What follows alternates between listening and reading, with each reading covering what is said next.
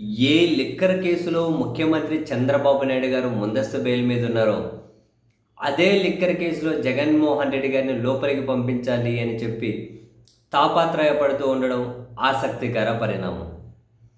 YSR Congress party వాళ్ళ point ఏంటి?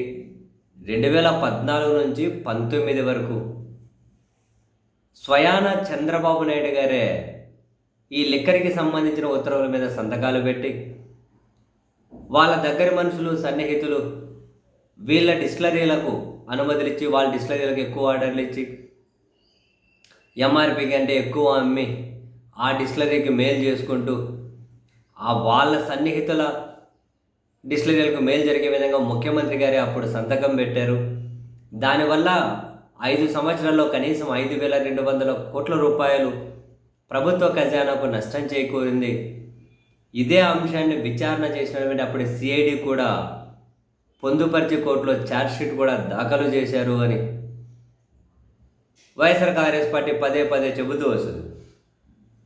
అంటే వీళ్ళు ఏమంటారు, మేం చెప్పడమే కాదు, రాజ్యాంగబద్ధ సంస్థ controller and auditor general CAG ఆధ్వర్యంలో స్వతంత్రంగా నిధులు నిర్వర్తించే ప్రిన్సిపల్ అకౌంటెంట్ జనరల్ కూడా ఇవే అంశాలను నివేదించారు అని కూడా.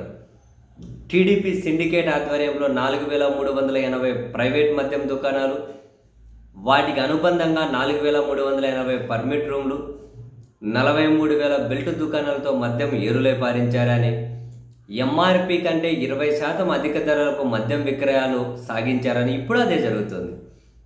మద్యం బాబులందరికీ తెలుసుగా ఎంఆర్పి కంటే ఎక్కువ అమ్ముతున్నారని.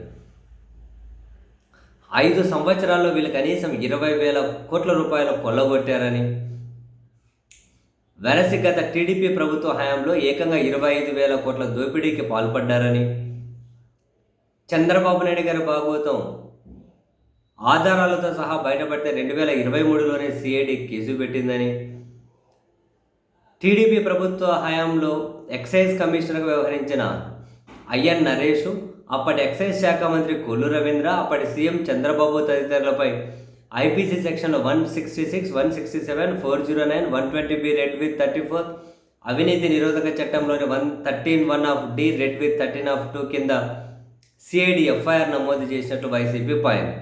సో ఈ కేసులో అప్పటి నుంచి చంద్రబాబు గారు ముందస్తు బెయిల్ పైనే ఉన్నారు అని, 2024లో కూటమి ప్రభుత్వం అధికారంలోకి వచ్చినప్పటి నుంచి మద్యం ముసుగులో మళ్ళీ ఇలాంటి ఎపిసోడే వీళ్ళు రన్ చేస్తూ ఉన్నారు అని, 3,396 ప్రైవేట్ మద్యం దుకాణాలను టీడీపీ సిండికేట్కి ఏకపక్షంగా కట్టబెట్టడంతో పాటు 75,000 బెల్ట్ షాపులను ఏర్పాటు చేసి భారీ దోపిడీకి బరి తెగించారు అని. సో ఇప్పుడు వీటన్నిటిని గత ప్రభుత్వం 2014 నుంచి 19 వరకు జరిగిన మద్యం అక్రమాలు, ఇప్పుడు వీళ్ళు చేస్తున్న మద్యం దోపిడీ, వీటన్నింటినీ దారి మళ్లించడం కోసమే మరెవరి మీద కేసులు పెట్టి దాని చుట్టూ డ్రామా నడిపిస్తున్నారన్నది వైఎస్ఆర్ కాంగ్రెస్ పార్టీ యొక్క ప్రధానమైనటువంటి పాయింట్ ఇక్కడ. యాక్చువల్గా మద్యం దుకాణాలు బార్లపై